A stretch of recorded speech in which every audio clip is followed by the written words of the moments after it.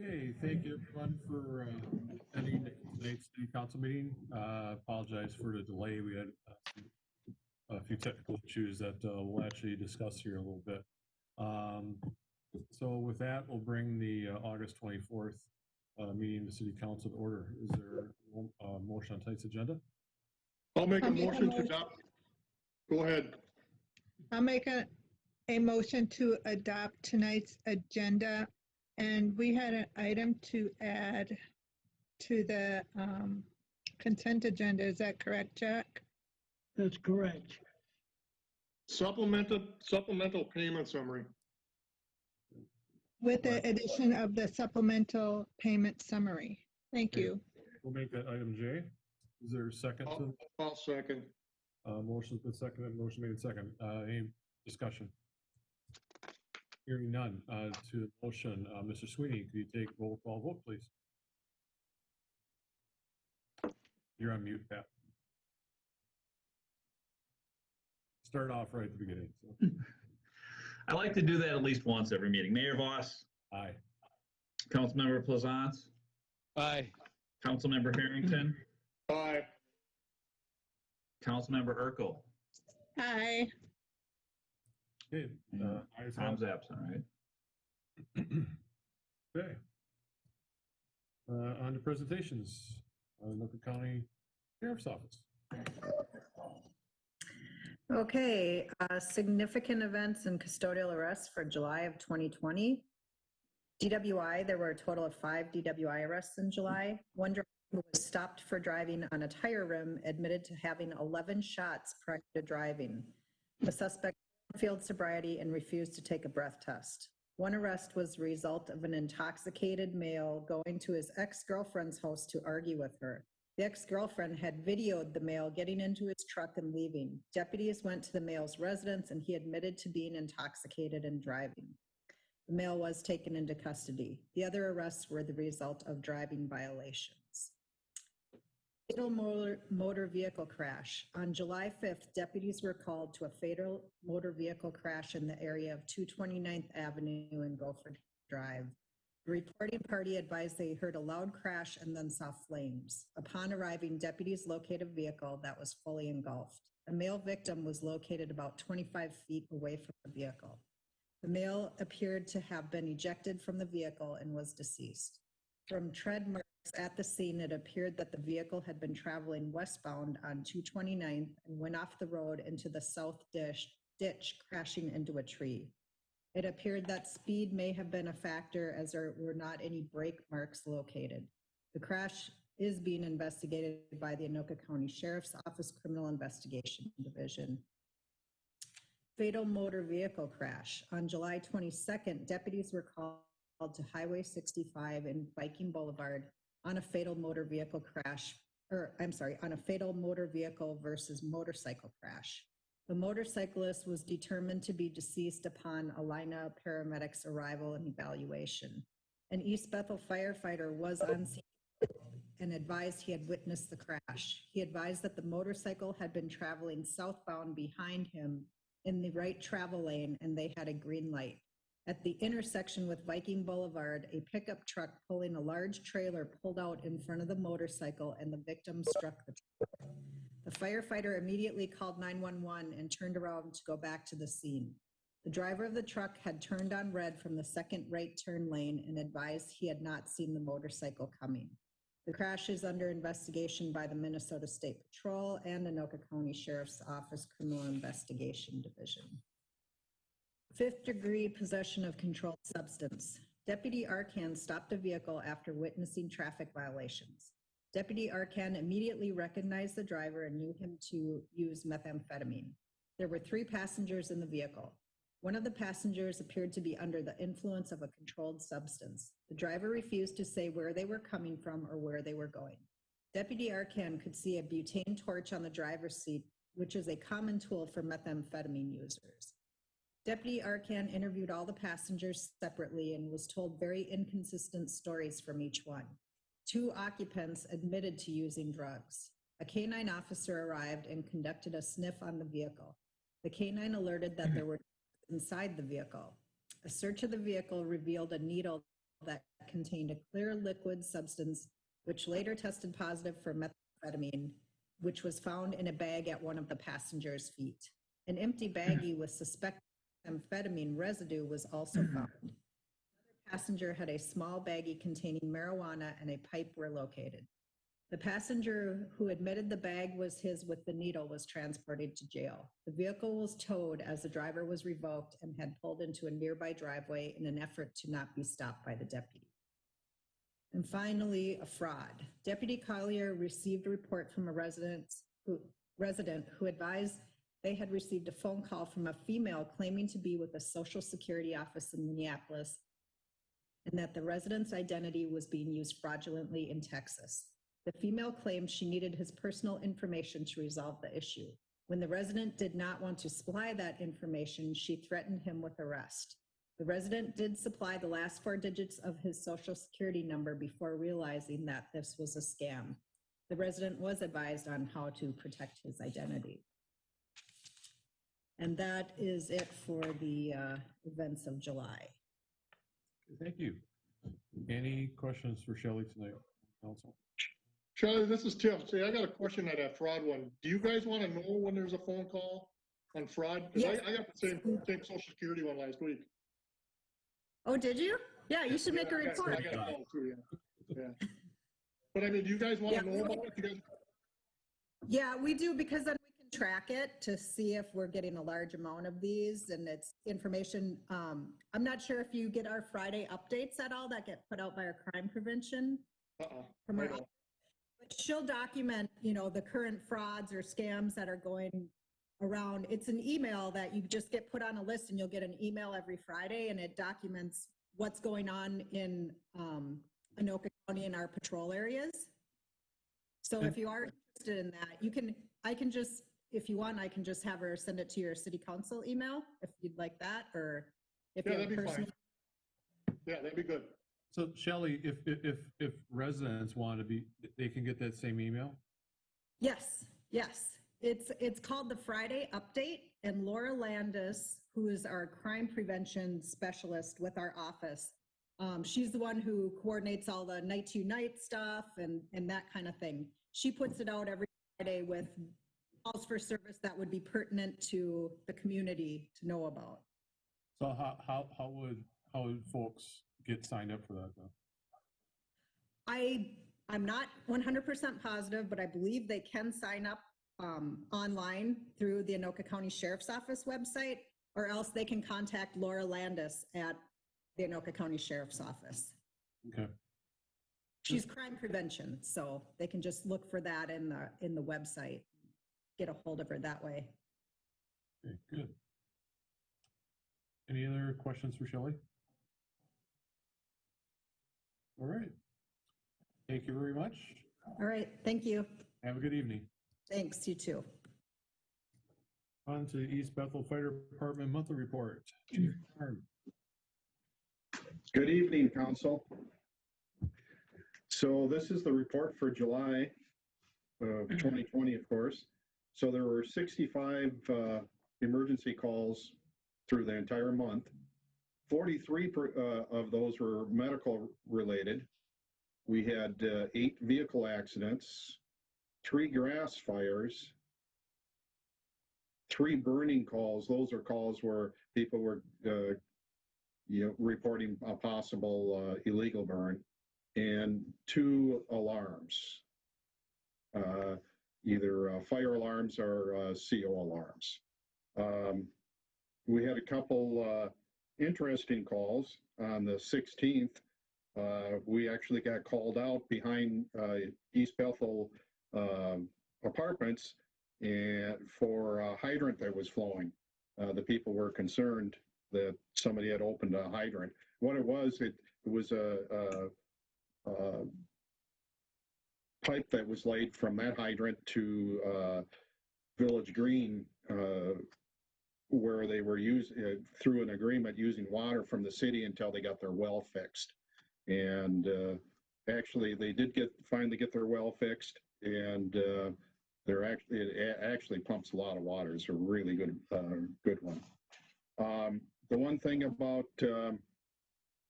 coming up here in August and September, we get into the burning part, and I talk about this a lot. So, you know, if you're going to burn, you need a permit, and you come into City Hall for the permit. Sometimes especially during the virus, the fire marshals that we have in town are not totally available. So you can come into the City Hall and get a burning permit during business hours.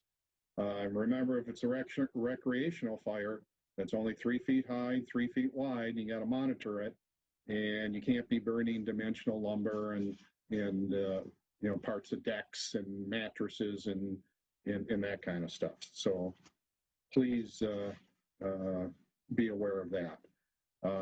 As of right now, Mayor and Council, we're about 40 calls ahead of last year's as far as call volume.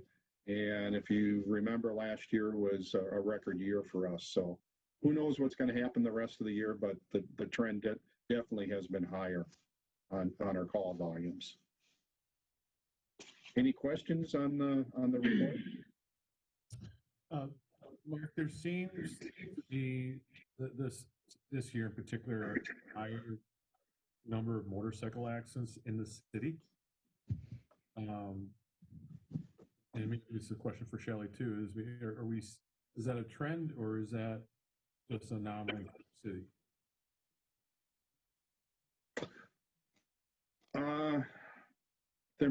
There may have been more high-profile accidents, motorcycle accidents. I don't know if it's any more than the year before. That's something, you know, we can try to research a little bit. Yeah, I can check and see. I don't know that there are, you know, more than normal. I don't know. I'm looking into the crash reports. Okay. Any other questions for Chief tonight? I do. Chief, you mentioned that you know, we kind of have, you know, 40 more calls than last year, and so therefore we're seeing an increase. And I think the first question that comes to mind for me is COVID pandemic, is that providing to the increase, or is it just, you know, we're not sure?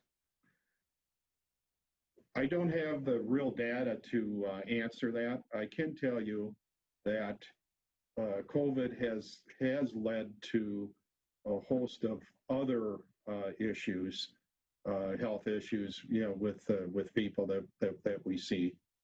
We know that as of today, yesterday actually, in East Bethel, there's been at least 46 reported cases of COVID-19. Now, when you compare that with East Bethel, as far as the number per 10,000 people, we're on the low end within the county. But what goes along with the COVID is a lot of other health issues that we may have seen.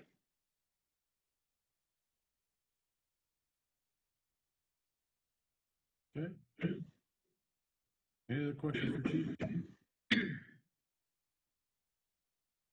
All right. Thanks, Mark. We'll move on then to item C, which is a review of a quarantine protocol. Thank you, Mr. Mayor.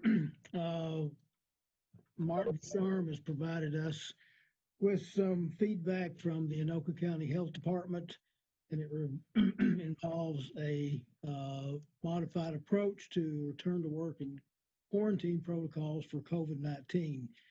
The Center for Disease Control and the Anoka County Health Department no longer recommend a test-based strategy to determine when a person may end home isolation and return to work. Prior to late July 2020, there were two options for determining when a person may end home isolation after they are ill, either a time-sense recovery option or a test-based option. With the latest CDC's updates, the general recommendation is to follow an updated symptom-based option, as noted in attachment 1 in your packet.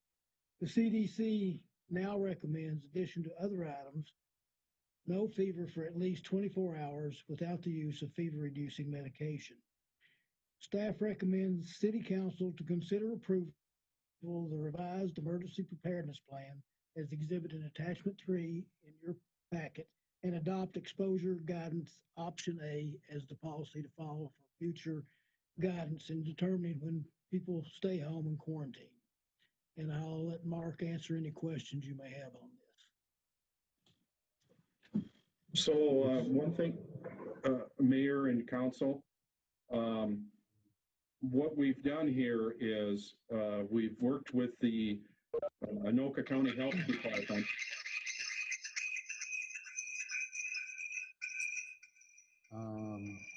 Feedback from Eric. There we go. Okay.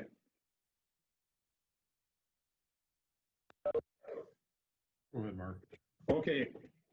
So anyway, the reason why we started working with the Anoka County Health Department on this, the fire chiefs within the Anoka County had been concerned about the possibility of all of a sudden having an exposure within a fire department and actually that fire department shutting down, that fire station shutting down.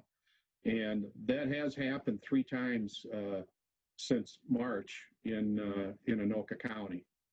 So they did come up, and we spent a couple of weeks working with them, a committee of fire chiefs that I was part of, and spent a couple of weeks with us working to come up with this 3-page document I'm going to go over real quick. And what it is, it's actually a flow chart. So when a worker is symptomatic, certain things are kind of the same. Now, I want to pause right here and note that there's a definition of isolation, which is 10 days for the symptom onset and until 24 hours have passed with no fever and improvement in other symptoms. Quarantine is 14 days from the last contact with a positive person. And I'm going to be going in and out of isolation and quarantine. And we've noted that on each page. So the first page is when a worker is symptomatic. This is the guidance. We're going to send that person home or exclude them from work until a negative test results or they complete isolation. Okay.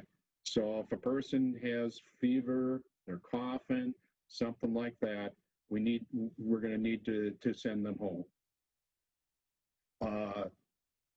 There again, 3 things are going to happen. Either they're going to test negative, they're going to test positive, or they're going to elect not to be tested.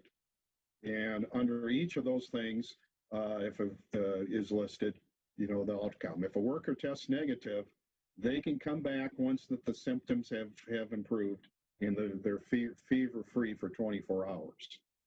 If they test positive, they have to remain in their home except to get medical care, and they'll be in isolation. Now, if a worker is not tested, they elect not to be tested, then they're going to be in isolation for the 10 days. Now, this is for all employees who are considered critical infrastructure. Critical infrastructure is really everybody employed by the city because they need to keep the city running, just like the firefighters need to do their emergency services. So by definition, our city staff falls in here. So then what happens if they come in close contact and they're exposed? So I'm going to turn to the next page. And this is exposure guidance option A. So the Anoka County Health Department, we asked for guidance and they gave us actually 2 options. And I'll go over 2 options here. First one is what we call option A. This is when a worker is identified as a close contact, which is closer than 6 feet for more than 15 minutes without respiratory protection. respiratory protection by definition is a medical mask and eye protection, or an N95, a true N95 mask, or higher. So if a worker is identified as a close contact of a COVID-19 positive individual, this individual has tested positive and our worker has been exposed, we're going to go in number one, we're going to, workers that have had that exposure but remain symptomatic may remain at work and follow these steps. So once again, if a worker is exposed to somebody who tested positive, but they don't have any symptoms, these are the 5 things that need to be done. They need to be pre-screened for their temperature and symptoms before their shift starts, before they come to work. They can do that themselves, and they can keep a log on that. Number 2, they have to monitor themselves regularly. In other words, they have to take their temperature quite a few times a day. They have to, see if they are having trouble breathing. They have to see if they feel like they're running a temperature, if they have a headache, anything like that. Number 3, they have to wear a face mask at all times at the workplace. So currently, if you're working in your office alone, you don't have to wear that face mask all the time. But in this case, you would have to. You need to social distance, stay away from people. And you need to disinfect and clean highly touched workspaces regularly. So those be door handles and things like that. Telephones, any counters that they would come in contact with. So if a worker tests negative, now that doesn't mean it won't turn positive in a few days, but if they're asymptomatic, they can continue those steps throughout the remainder of their quarantine time. If they test positive, of course, then they're going to go into isolation. And once again, if a person is not tested, if they elect not to be tested, then they're going to continue the steps. But as soon as they've got a symptom, they have to go into quarantine. So that's option A. Option B is a little bit different. Once again, if that person is exposed closer than 6 feet for more than 15 minutes, and the person didn't have respiratory protection, under option B, you exclude that worker from work for 14 days since the date of last exposure. Okay, even if they're asymptomatic. If it's a household contact, by the way, so if somebody in their house, a spouse, a partner, a kids, that 14 days of quarantine starts when the exposure stops or the infected person has completed their isolation. So if that person's in a 10-day isolation and they're in your house, your 14 days don't start till the end of those 10 days. So they could be gone a possibility of 24 days. And then once again, there's, what happens if the worker is negative, what happens if they're positive, or what happens if they're not going to be tested. So those are the 2 options that we need, the council needs to take a look at and give us direction on. The staff is recommending the guidance option A. And that came about because on the fire department side, we cannot afford to shut down a whole fire department and, when we can protect people, that are asymptomatic. Are there any questions or comments?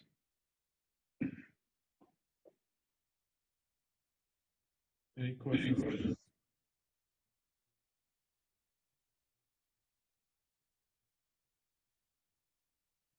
It's timely, well, coincidental that we're talking about this tonight. I assume Jack has informed everyone, but part of the reason, well, a big reason why we were a little delayed tonight is our cable technician. I think we were informed today, Jack, that Correct. our cable technician has tested positive for COVID-19. So we do have an employee that's tested positive. The last time that person was in City Hall was 2 weeks ago for our last council meeting. And so there shouldn't have been any, well, I think the assumption is there shouldn't have been any exposure to anyone in City Hall. So it's just another reminder, and that with the data that Mark provided earlier, that you know, it's in the community, so it's closer than we think sometimes. And as Mark stated, under the current guidelines, if someone here contracted that, we would be forced to do almost exclusively work at home, which would eliminate our face-to-face business with the public. This new policy is sound and gives us a little bit more flexibility in staffing should someone here become either exposed or a staff member diagnosed.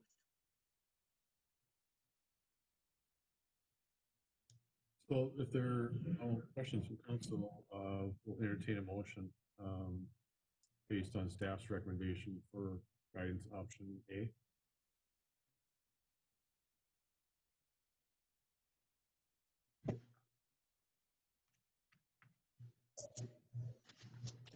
I will make a motion to take staff's recommendation for option A. For a second, motion. Second, Motion by Randy and second by Suzanne. Discussion. Obviously, we can revisit this as things change. I think we just need revisions. So it's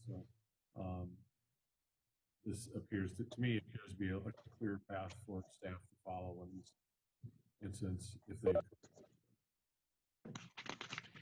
I agree. I think staff knows what, and the fire chief know exactly what they need, and I don't think we need to micromanage them. I think option A is perfect for me, for them. Any further discussion? Hearing none. Mr. Sweeney, can you take roll call vote, please? Mayor Voss. Aye. Councilmember Plaisance. Aye. Councilmember Harrington. Aye. Councilmember Urkel. Aye. And that motion passes. Thank you, Mark. Thank you, everybody. Okay. On to item 4D, public hearing for holding tank variance at 20418 Highway 65 Northeast.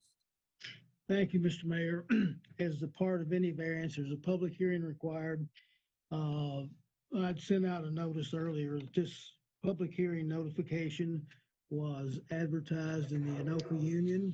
It was not notified on the websites. However, all the affected property owners received notification of the public hearing. There was a public hearing also at the Planning Commission meeting at the end of July, and no one showed up in opposition to this. Mr. Sweeney, are these, I believe that this does meet the intent and the requirements of the public hearing notification. And before we proceed, I'd like your opinion on that. Mr. Mayor, I did receive an email from the city administrator here, and I've reviewed the statute, and the notice requirements, in my opinion, have been met. Thank you, Mr. Sweeney. I'll continue. Classic Construction has applied for a variance for the installation of a type 2 septic system on behalf of the Lakes of High Stone LLP, doing business as U Puller Parts at 20418 Highway 65.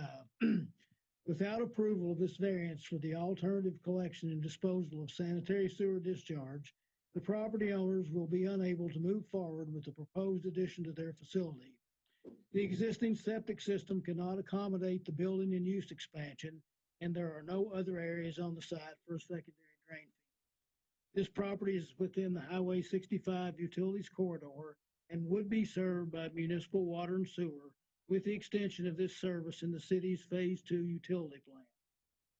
An MPCA licensed septic contractor submitted a letter outlining findings supporting the approval of the allowance of a holding tank for U Puller Parts, as indicated in attachment 2 in your packet. Holding tanks are permitted by city code under Utilities, Chapter 74-46 and 53. This particular request is allowed under these sections of the City Code of Ordinance.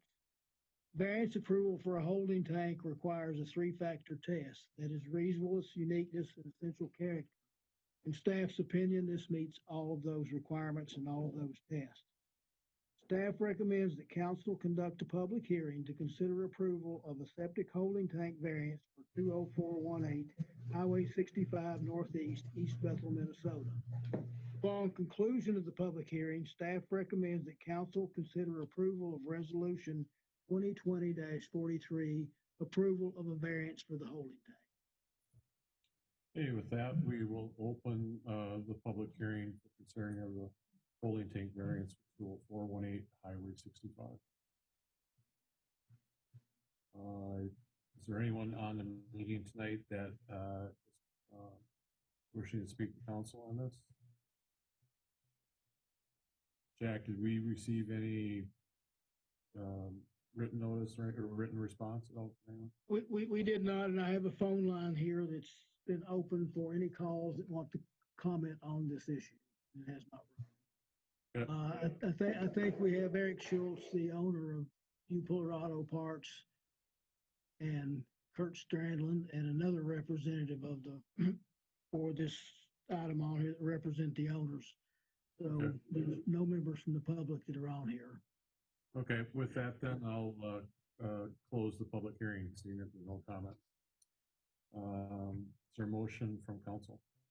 I'll make a motion for approval of resolution 2020-43, granting a variance for the installation of a septic holding tank for a light industrial property located at 20418 Highway 65 Northeast, PIN 20-33-23-21-0010. Is there a second to the motion? Second. Motion made second. Discussion. Yes, I have a question. From reading through the material, the agreement to have this pumped is not going to be by the number of days or any set time, but it's within 24 hours of the alarm signal. Now it says that you know, there's nothing that's been checked about how often that alarm is looked at and checked, or even, you know, from when that signal goes off as to how long it would be before that tank would overflow. So do we have any further information on that, or, you know, what's the process involved? Thanks. Generally, the alarm signal is an audible signal, and it's very loud. People will know when it goes off. There'll be a little bit of a learning curve. They'll be monitoring the system to check the tank. There'll be inspection pipe there. Usually a level indicator too that gives them some idea of the use and how often they need to be pumped. Based on the size of the two tanks that are there and the number of people that are going to be using the facility just for domestic use, it shouldn't fill up really quick, but that's the responsibility of the owners, and those two things, the alarm system And their monitoring of the situation to see what the rate of fill of that is should be more than satisfactory to make sure that thing is pumped on a satisfactory basis. I have a question. I read that it is in the Sac and Whack area. Are they eventually going to have to be forced to hook up, or did I read that wrong? No, if water and sewer become available, they will be required to connect. So is this going to be a necessary expense for them? It will be an expense for them, that's correct. And they're aware? Yes. Okay, that's all I have. Okay, any further discussion? Hearing none. Mr. Sweeney, can you take roll call, please? Mayor Voss, Aye. Councilmember Plaisance, Aye. Councilmember Harrington, Aye. Councilmember Urkel. Aye. And that motion passes. On to the consent agenda. I'll make a motion to adopt tonight's consent agenda. Is there a second? Second. Motion made second. Any discussion? I'd like to pull item G and H.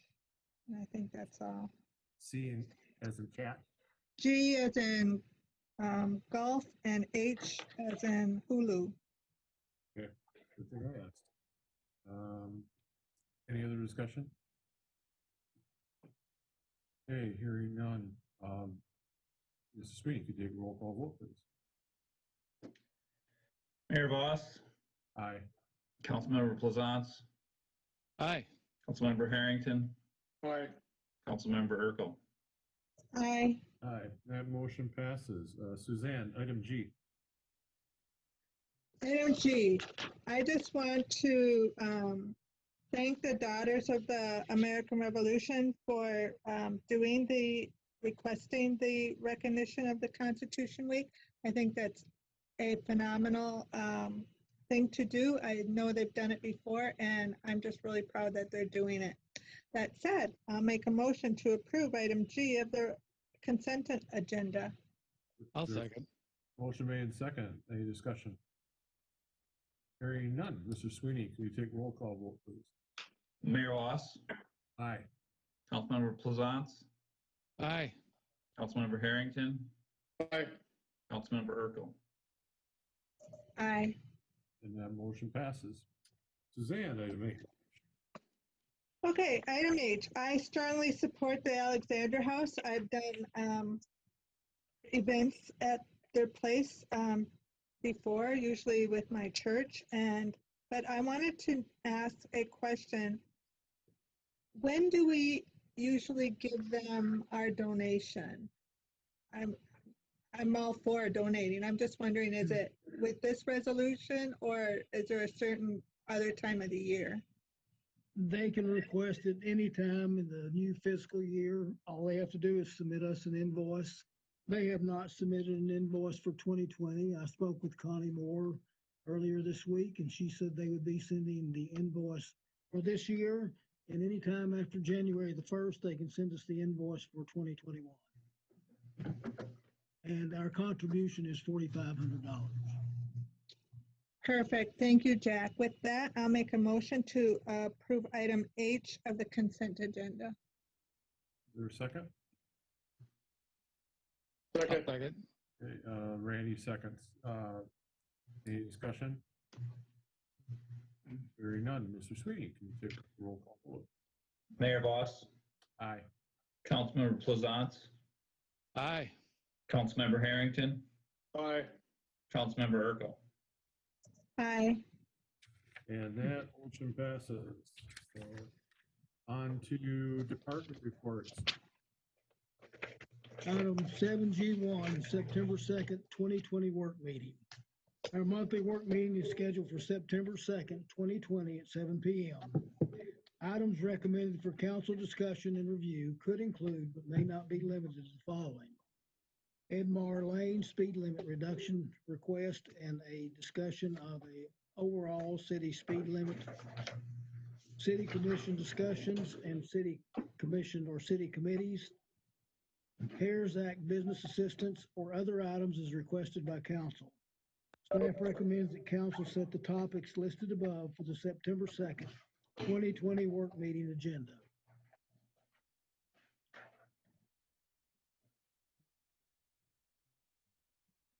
So Jack, on that CARES Act, the business one, I seen on an email today that there's some changes in the CARES Act funding.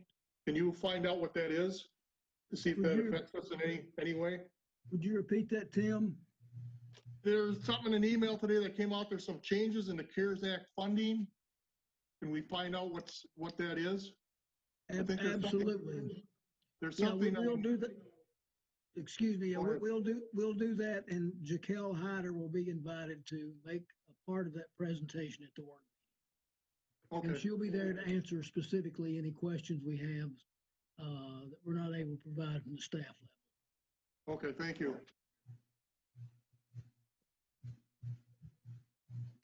I will make a motion to go ahead with the items listed for the September 2nd work meeting at 7 p.m. I would also like to add a couple of items to the list. I've had a formal request for the city to reconsider the chicken ordinances.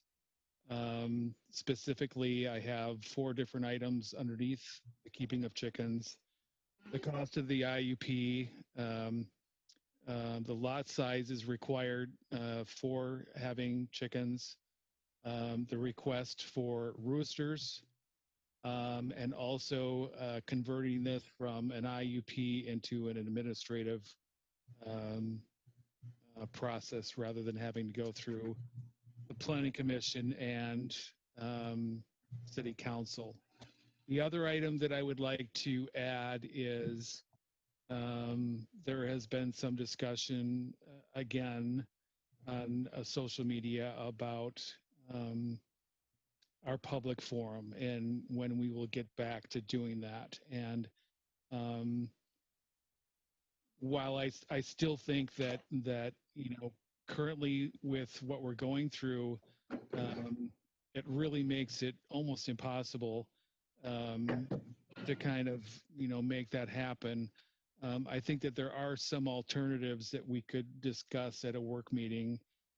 Some which would be a submission of somebody's video of what they want to discuss, and or making prior appointments to actually be involved in the meeting, to express their concerns. Thanks. Jack, on that public forum, they can call in or they can request to get on the computer, correct? They can. We have never received a request to be on here. Actually, if we're going to look at doing that, I think that would be one of the better ways to handle it, is that people would write in, email what their request was, what topic they wanted to discuss, and then we could send them an invite to the meeting. But to date, we've had nobody ever request to do that. Okay, because I've had some comments too about canceling, and I said, we haven't canceled anything. It's just been put on hold till this COVID thing is settled. So I'd like to, get that word out that we haven't canceled anything.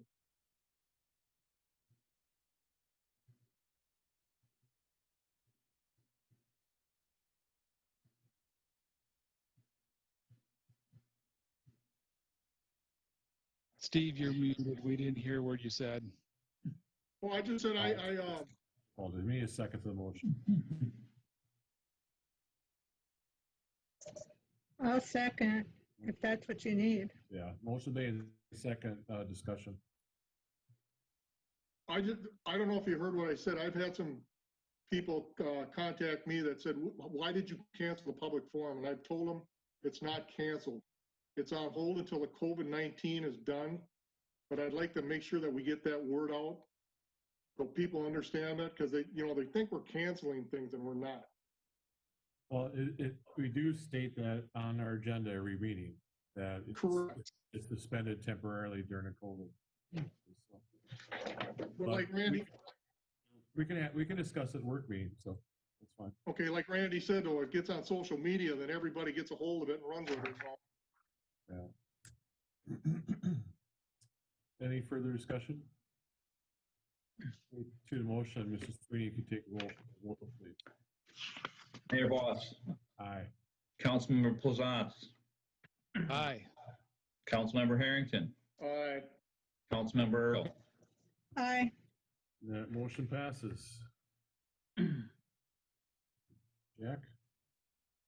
Thank you. Item 7G2, COVID-19 preparedness plan for the East Bethel Ice Arena.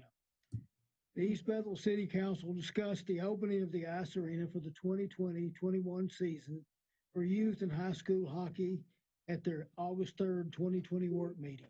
Concerns with opening the facility focused primarily on health concerns related to the COVID-19 pandemic. In addition to the discussion of steps needed to limit the potential for the coronavirus contact for users, spectators, and staff, Council also reviewed the financial impact of opening the facility.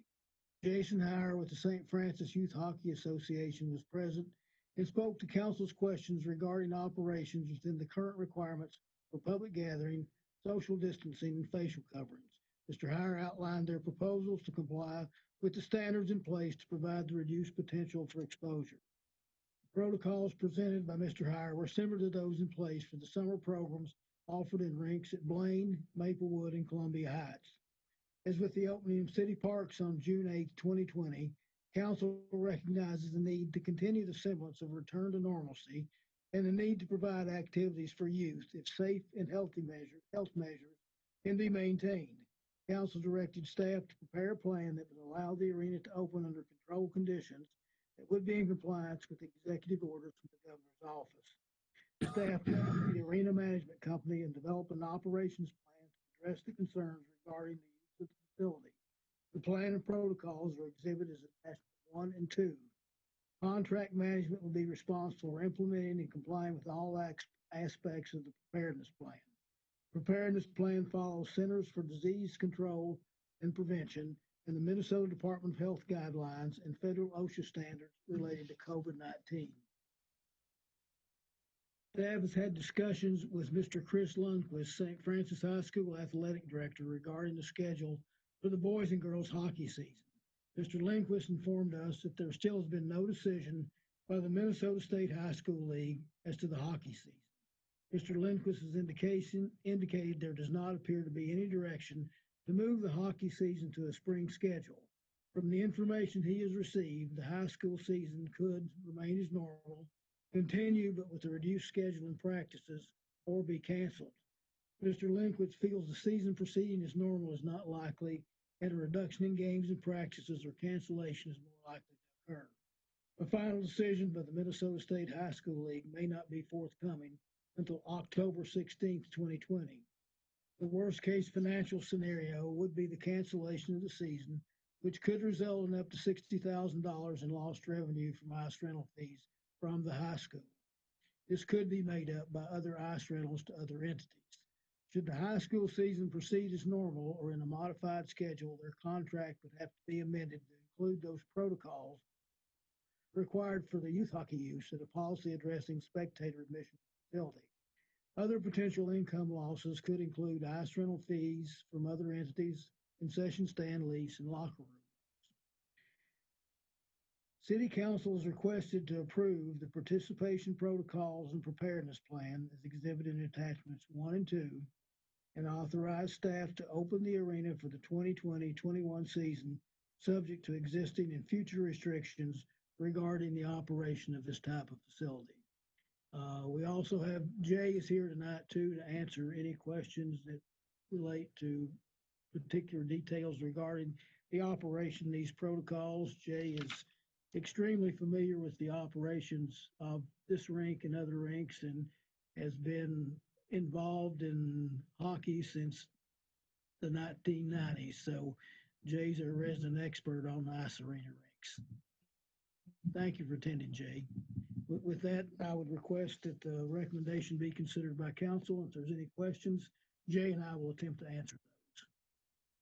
I will make a motion to approve the participation protocols and preparedness plan as exhibited in attachments 1 and 2, and authorize staff to open the arena for the 2020/2021 season, subject to existing and future restrictions. I'll second. Motion made in second, discussion. Good evening, Jay. Thorough plan. Thank you, guys. Question I have, is the plan, who's the target audience? Is it the association and the school, or is it for every individual that enters the arena?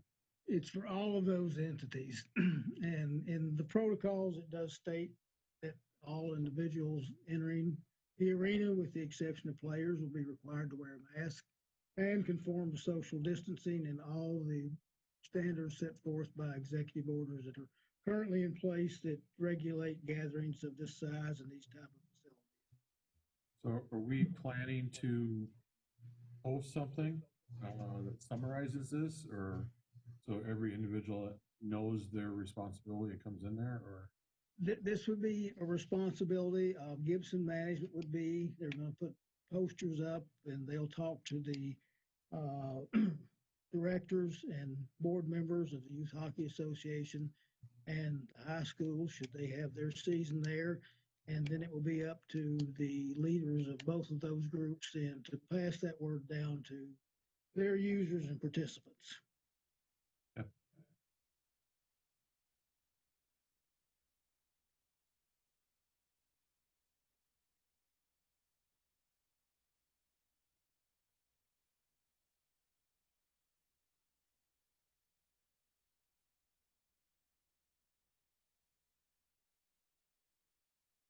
And is if you enter a public facility and you claim to have medical conditions that prevent you from wearing a mask, you cannot be denied entry. There may be certain sections that people like that would be asked to sit in, but you can't deny entry for somebody that doesn't wear a mask if they claim medical conditions, and you cannot ask them what that medical condition is. Right, well, other than that, I think, I just want to say I thought this whole plan was very thorough and I commend you for it. Any further discussion? Hearing none. Mr. Sweeney. Mayor Voss, Aye. Councilmember Plaisance, Aye. Councilmember Harrington, Aye. Councilmember Urkel. Aye. And that motion passes. Brings us to staff report.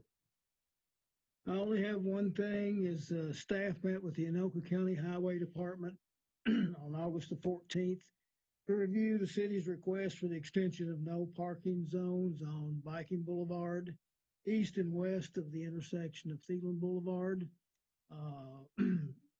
We had met earlier with the Anoka County Transportation Board. The Transportation Board thought that our request was probably a little too extensive. We did come up with some modification recommendations. The Highway Department does support our proposal for no parking on the north side of Viking Boulevard, east of Thielen, to protect 3 driveway entrances and preserve their sight distance. Also, 1 driveway entrance on the south side of Viking Boulevard, east of Thielen, to do the same.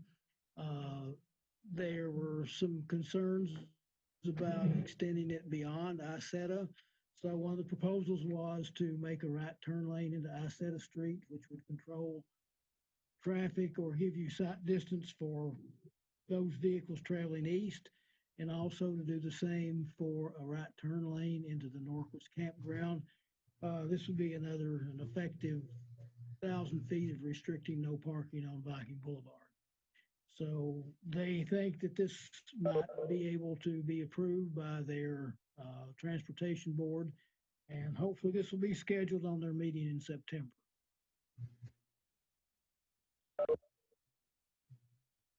Okay. Anything else, Jack? That's it. Okay. Council reports. Tim? I attended the fire department meeting today. It was auto extraction at Upol Parts. Is very interesting. How do they get somebody out of a rollover? And second of all, we've got 2 spots left for the golf tournament. So if you're interested, we've got 2 spots left. And that's all I've got. Suzanne? I didn't attend the services, but I want to extend my condolences to Steve Howe. And I wanted to thank staff for getting those no parking signs up down by the lake on the streets that we talked about. I've got some calls and people were very appreciative. Thank you. That's all I have. Hey, Randy? I don't have anything to report at this time. Thanks. And neither do I tonight. So with that, I'll entertain a motion to adjourn. So moved. A motion to adjourn. Second. Motion made second.